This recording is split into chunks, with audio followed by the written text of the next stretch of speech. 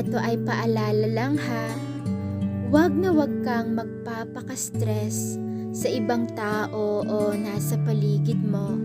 Kasi hindi lahat ng tao ay kailangang patulan.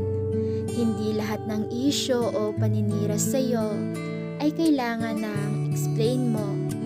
I-conserve mo yung energy mo sa mga bagay na mahalaga. Katulad ng passion mo o yung mga bagay na alam mo na makaka-improve pa sa sarili mo. Kasi mahalaga sa lahat yung mental health mo. Kaya wag mo nang patulan pa, kundi hayaan mo na lang sila.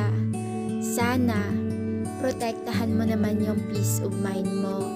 Sana, protektahan mo naman yung inner peace mo. Kasi ikaw lang ang makapagbibigay sa sarili mo.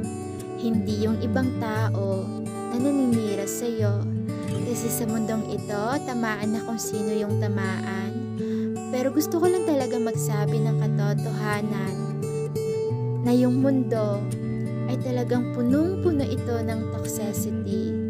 Kaya naman, pumili tayo ng dapat patulan. Pumili tayo ng taong ating kailangang labanan kasi sayang yung energy mo o yung lakas mo sa kaka-explain sa mga taong toxic na nasa paligid